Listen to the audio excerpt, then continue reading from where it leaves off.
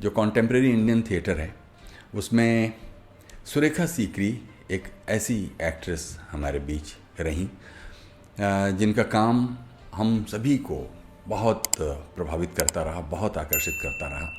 और मेरे लिए तो जब भी सुरेखा सीकरी का नाम आता है तो साथ में उत्तरा बावकर का नाम आ ही जाता है। इत्तेफाक से ये दोनों लोग बैचमेट भी रही हैं। और उसी तरह जैसे कि आप नसीरुद्दीन शाह का नाम आएगा तो ओमपुरी का नाम आ जाता है। तो इंडियन थिएटर में ये चारों एक्टर जिनकी बात हमने की कॉन्टेम्प्रेरी थिएटर में, वो थिएटर के जो पितामह कहे जाते हैं आधुनिक रंगमंच के, इब्राहिम अलकाज़ी के ये चारों शिष्य भी हैं इत्तेफाकन। और चारों ने अपने अपने कामों से बहुत ही इम्पैक्टफुल काम हमारे बीच में छोड़ा है।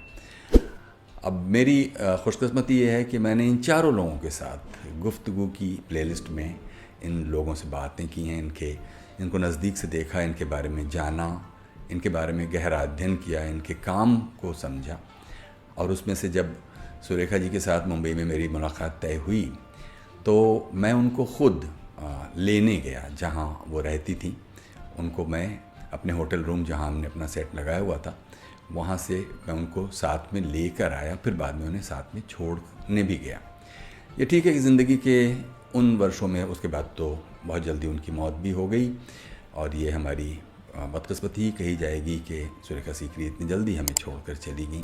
उसके बाद इत्तेफाकन उत्तरा भी हमें छोड़ के चली गई, ओम जी पहले जा ही चुके थे। लेकिन सुरेखा जी के साथ जो उनके ज़िंदगी के ये आखिरी बरसों में मेरी मुलाकात हुई वो करीब करीब कुछ दार्शनिक रूप से अपने जीवन के दृष्टिकोण में कुछ इस तरह उलझी हुई सी लग रही थी मुझे, लेकिन एक एक्टर के तौर पर, एक इंसान के तौर पर वो उतनी ही प्यारी और उतनी ही लविंग, उतनी ही रिस्पेक्टफुल और उतनी ही एक मैग्नेटिक पर्सोना की तरह वो मुझे दिखाई दी।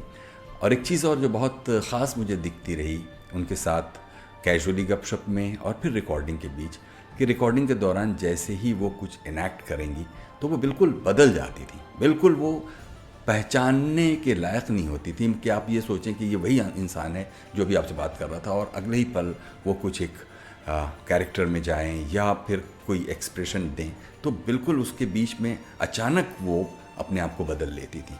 ये एक बड़े एक्टर का और ये हम सभी लोगों के लिए सीखने की चीज़ है कि किस तरह अभिनय की दुनिया में उन्होंने इतनी तरह के रोल किए। मुझे तो तमस का वो रोल कभी नहीं भूलता जिसमें वो उलटकर अपने सिर के ऊपर एक पल्लू रखती हैं और उसके बाद वो लौट कर के आती हैं। वो दृश्य मैंने कई बार सोशल मीडिया पे अपने ट्विटर और फेसबुक वगैरह हैंडल्स पर, उतना छोटा सा हिस्सा जो शायद 10-20 सेकंड का है, वो मैंने कई बार शेयर किया है और मैं उसको एक तरह से कि लूप में देख सकता हूँ, सिर्फ ये देखने के लिए कि छोटे छोटे जेस्चर्स से एक एक्टर कैसे अपने कैरेक्टर को कन्विंसिंग बनाता है।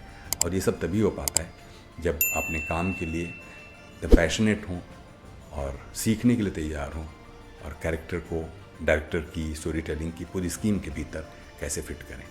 तो सुरेखा जी की याद जिस तरह आज हमारे दिमाग में ताज़ा है वो हमेशा उनके काम से, उनके व्यक्तित्व से हमेशा ताज़ा बनी रहेगी। तो सुरेखा जी को याद करते हुए ये था हमारा आज का वीडियो।